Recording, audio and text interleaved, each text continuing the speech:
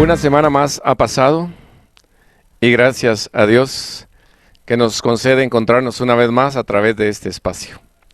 Sean bienvenidos cada uno de ustedes y como siempre, sus amigos de este espacio, Carlos Roberto y su servidor, deseamos muchas bendiciones para usted y para su respetable familia donde quiera que nos estén sintonizando. El planeta Tierra quedó espantado el pasado martes cuando en las redes sociales y en los medios de comunicación circularon muchas fotografías que enfocaban cómo se encontraba el río Ganges allá en India, uno de los ríos más sagrados para ellos, cuando vieron que en sus aguas estaban flotando muchos cadáveres. Como ustedes saben, el país de la India ha sido uno de los más azotados en esta tercera ronda del COVID-19 con sus diferentes cepas o variaciones, como le llaman los médicos. Y el día de ayer ya las autoridades habían logrado retirar 71 o rescatar 71 cadáveres, según las últimas noticias, de ese río, pero todavía habían muchos flotando. Lo que ellos no saben hasta este momento es si es porque personas ya habían muerto del COVID-19 o personas que por temor a ser contagiadas prefirieron sumergirse en esas aguas y ahogarse antes de ser alcanzados por ello. Pero sea como sea la situación, la realidad es que estas imágenes han consternado al mundo entero. La pregunta para muchos es, ¿y dónde está Dios? Yo le puedo responder con toda seguridad que Dios está sentado en su trono. Dios no se está tronando los dedos, Dios no está preocupado, sino que Dios está desarrollando perfectamente el plan que Él se trazó desde la eternidad pasada y que se llevará a cabo sin que falte ninguno de los detalles establecidos por Él hasta en la eternidad futura. Entonces, ¿qué nos queda a nosotros? Yo siempre he dicho, lo que nos queda en medio de esta situación es revisar cómo está nuestra vida. Lo más importante ahorita es, además de seguir, ¿verdad?, las instrucciones sanitarias e higiénicas que han dado nuestras autoridades, pero eso nos servirá para lo físico. Lo más importante es que nosotros pensemos cómo está nuestra relación con Dios. Porque si está bien nuestra relación con Dios, no importa, pase lo que pase. Porque de todas maneras, con COVID-19 o sin COVID-19, nos vamos a morir un día. Entonces lo más importante es, para estar preparados contra todo ello, es cómo está nuestra relación con Dios. Y de hecho, le hago la pregunta directa, ¿cómo está su relación con Dios, querido amigo que me escucha? Si está bien, ánimo, sigamos adelante. Si no está bien, bueno, entonces volvamos a Jehová, como dice Lamentaciones 3:40 en su segunda parte. Bueno, después de esta introducción, vamos a orar y entramos a la reflexión que Dios ha puesto en mi corazón para esta oportunidad. Padre, gracias por la bendición de encontrarnos una vez más a través de este espacio con muchos de nuestros oyentes que han sido fieles a estas reflexiones. En el nombre de Jesús yo bendigo a cada uno de ellos y te ruego, Padre, que para esta oportunidad una vez prepares nuestra mente y nuestro corazón para poder recibir lo que tú quieres. Y lo más importante, Señor, que si al escuchar tu palabra hay algo que tenemos que corregir, que podamos estar en la mejor disposición con la ayuda de tu Espíritu Santo a poderlo enmendar. Bendícenos pues, Señor, y úsame de una manera muy especial en el nombre de Jesús. Amén. Hace algunos años escuchaba yo, porque le confieso de que no soy muy amigo de la televisión, pero ahora que no veo, ¿verdad? Y aun cuando veía no era muy amigo de la televisión, pero escuchaba que había una, no sé si era una novela que se llamaba Los ricos también lloran. Usted sabrá si era novela o no sé. Hoy he escuchado últimamente que hay una serie también que se titula Los hombres también lloran. Y pensando en esos títulos de esa serie de televisión, hoy quiero titular esta reflexión: Los justos también sufren. Los justos también sufren. Interesante, ¿eh? Hay personas que se ofenden y cuando uno dice también los justos sufren, y la pregunta es, ¿y quiénes son los justos? Pues aquí todos somos malos.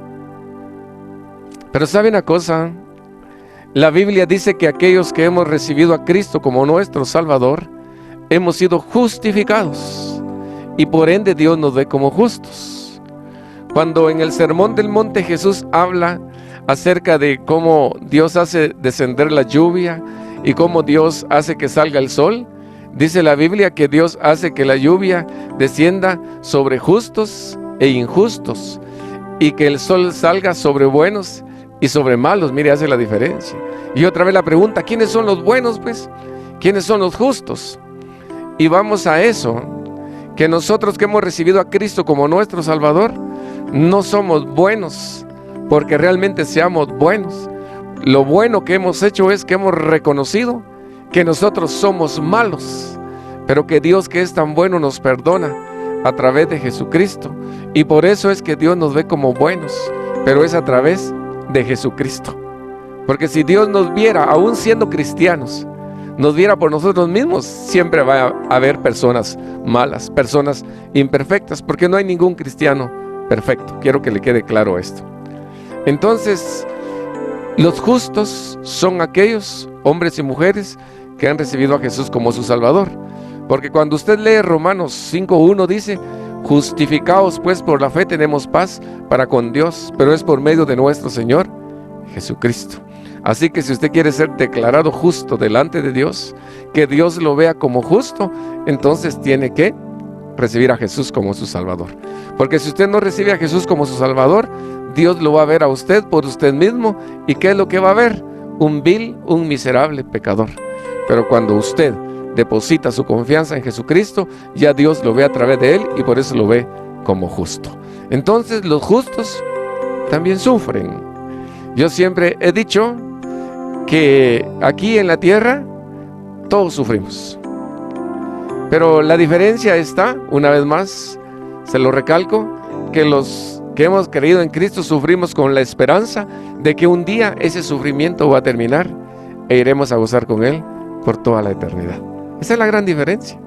Pero mientras estemos aquí en la tierra, nos toca sufrir al igual que todos los demás. Incluso, hay veces nos toca sufrir aún peor que aquellos que no son cristianos. Y por eso es que hay algunos hermanos que se preguntan, dice, pero ¿por qué si aquel que ni temor de Dios tiene, no le pasan las cosas que a mí me pasan? Fíjese que yo he llegado a pensar, hay veces que Dios es tan justo, que Él ya sabe que hay personas que nunca le van a recibir a Jesús como su Salvador, y entonces Dios les regala unos sus momentos de alegría sobre esta tierra, porque Dios sabe que por rechazar a Jesucristo van a ir a sufrir por toda la eternidad. A esa conclusión he llegado yo. No sé si está equivocado, pero por lo menos le comparto qué es lo que yo pienso. Entonces, los justos también sufren. Estaba leyendo hoy por la mañana el Salmo 34:19, y es interesante que dice: muchas son las aflicciones del justo. Oiga, no pocas, muchas. Así que, hermano, si usted está sufriendo, no se sorprenda, porque eso está escrito en la Biblia, que muchas son las aflicciones del justo. Porque Jesús a ninguno de sus seguidores le prometió un camino de rosas, sino que un camino de sufrimiento. Jesús dijo: ustedes los van a despreciar, en el mundo van a tener aflicciones, eso está garantizado. Y en el Salmo 34:19 dice que son muchas las aflicciones, las tribulaciones, los momentos difíciles del hombre honesto, dice, honrado o justo. Pero sabe, la segunda parte dice: pero de todas ellas lo librará Jehová. Ah, qué interesante es eso. Aunque sean muchas, pero de todas lo librará Jehová. Usted no me va a dejar mentir. Muchos hermanos en Cristo, buenos cristianos, siervos de Dios, han muerto a través del COVID-19. Por eso le digo, el título de la reflexión: los justos también sufren. Y el apóstol Pedro le decía a los cristianos que no les sorprenda a ustedes eso, hermanos, como que fuera algo extraño lo que está sucediendo. No, eso no es nada extraño, eso ya está predicho, que van a tener sufrimiento. Pero aquí van a sufrir por un poco de tiempo, pero les espera la gloria eterna. Yo estaba leyendo el primer libro de los Reyes, en el capítulo número 17. En el capítulo número 17 del libro de los Reyes entra en escena Elías, el profeta. Estaba gobernando en aquel entonces Acab y su esposa Jezabel allá en Israel, y ellos eran idólatras, y entonces habían desviado al pueblo de Israel Como consecuencia de eso, Dios envió una sequía que la profetizó el profeta Elías. Y por 3 años y medio no llovió. Entonces, cuando él predijo esa sequía, Dios le dio órdenes que se fuera hacia el oriente, ahí cerca del Jordán, donde había un arroyo que se llamaba el arroyo Querit. Y Dios le dijo, ahí vas a beber agua del arroyo. Y yo voy a enviarte comida. Ya dio órdenes a los cuervos para que te lleven comida en la mañana y en la tarde. Y Elías, en obediencia, se fue a refugiar a ese lugar. Y durante algún tiempo, ahí estuvo él, bebiendo del agua del arroyo, y los cuervos le daban de comer por la mañana y por la tarde. Pero cuando llegamos al versículo número 7, dice, pero como no había llovido un día, el arroyo Querit se secó. La Biblia no dice cuál fue la reacción de Elías, pero cuando Santiago dice que Elías era un hombre sujeto a pasiones semejantes a las nuestras, es probable que Elías se preguntó, ¿y ahora qué voy a hacer? ¿Y ahora cómo me voy a alimentar? Y todo ello. Me llama la atención la expresión que dice el arroyo se secó. Probablemente usted que me está escuchando está también en un momento así. Cuando dice que el arroyo se secó, significaba que iban a haber dificultades para Elías. Entonces, usted que me está escuchando, quizá usted ha perdido un ser querido, quizá hay una esposa que ha perdido a su esposo y cree que ahí se terminó todo. Quizá usted, a raíz también de esta pandemia, la empresa donde trabajaba se quebró y todo ello, entonces usted se quedó sin empleo y cree que ahí se terminó todo. O su negocio también se vino al suelo y cree que ahí se terminó todo, el arroyo se secó. Pero sabe una cosa muy importante, quizás surja la pregunta, ¿y ahora qué vamos a hacer?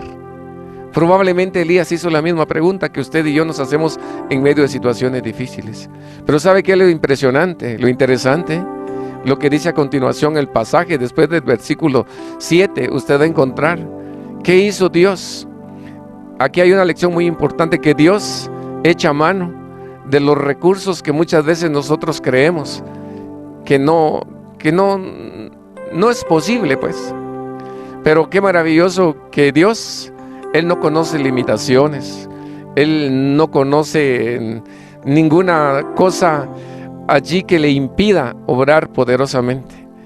Ya cuando no tenía allí agua, entonces Dios le dijo que se encaminara y fue a la casa de una viuda. Y usted sabe, una viuda en aquel tiempo eran una de las personas más necesitadas, no digamos hoy en día. Y entonces lo interesante es la obediencia de Elías. Elías no se puso ahí a altercar o a argumentar con Dios, a pedir explicaciones. Cuando Dios le dijo que se dirigiera hacia la casa de la viuda, Elías no le preguntó, ¿y cómo? Si ella quizás es más necesitada que yo. Pero Elías obedeció. Y Dios, oiga, como dice un canto, hace sendas donde parece que ya no hay. Pero Dios, como es Dios, Él no conoce límites. Entonces lo envió allí y fue alimentado por una viuda. Pero lo interesante es que no solo Elías tuvo bendición, sino que la viuda también fue bendecida por ello. Entonces, mire qué interesante.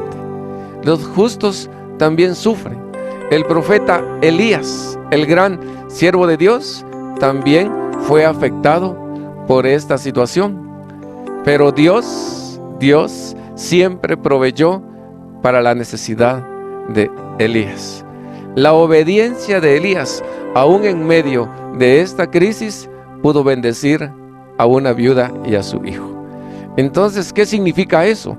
Querido hermano, para usted y para mí hay una gran enseñanza acá, que aún en medio de esta crisis, en medio de esta situación tan difícil, si nosotros, al igual que Elías, vivimos en obediencia a Dios, podemos ser de bendición para otras personas, a pesar de lo difícil que está la situación.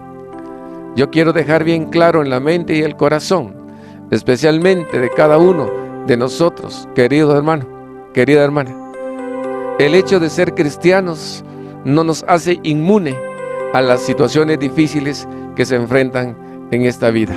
Mientras estemos en esta vida, usted y yo estamos sujetos a enfermedades, estamos sujetos a pandemias como hoy en día, estamos sujetos a asaltos, estamos sujetos a accidentes, a todo.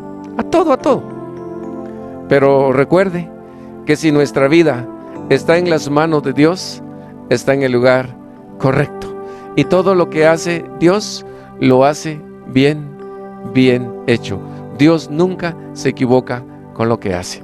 De manera pues, que como dijo Pedro, que no nos sorprenda, hermanos, para nada esta situación. Que sepamos que Dios está desarrollando perfectamente su plan, que ni un solo detalle, por mínimo que parezca, escapa del control de Dios.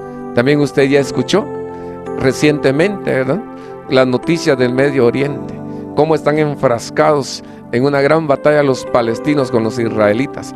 ¿Cuántos murieron el pasado martes? De hecho, acá estaba escuchando hoy por la mañana en las noticias de que el embajador guatemalteco allá en Israel dice que hay por lo menos, no recuerdo si 23 o 25 guatemaltecos que están en la zona de alto riesgo.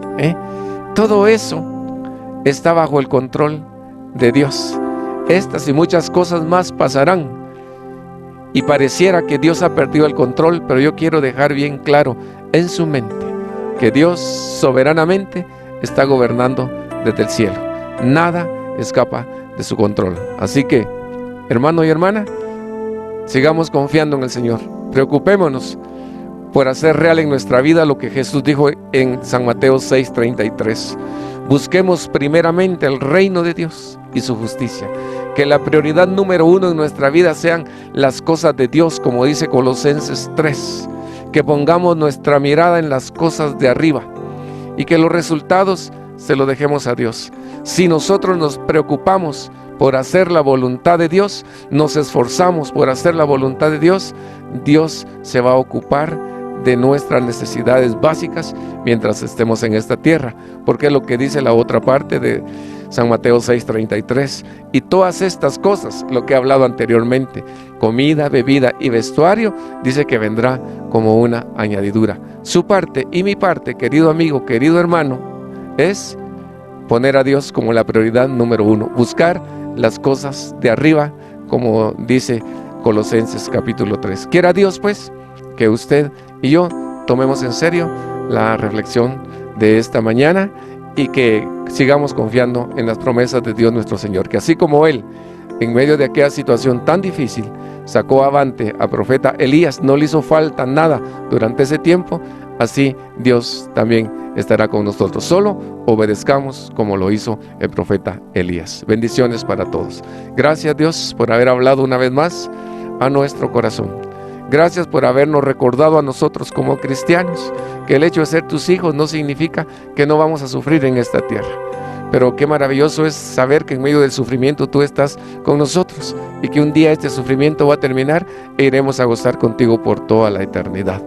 También, Señor, queremos rogarte por aquellos que no te han recibido aún como Salvador, que ellos puedan reflexionar y que puedan muy pronto recibir a Jesús en su corazón y así gozar de esa esperanza bienaventurada que gozamos todos aquellos que hemos confiado en Jesús y que le hemos recibido como nuestro Salvador. Gracias, Señor, porque yo estoy seguro que así como a tu siervo Elías, tú le proveíste todo lo necesario durante estos 3 años y medio de sequía, también tú vas a proveer lo necesario para cada uno de tus hijos en medio de esta situación que no sabemos cuánto tiempo va a durar.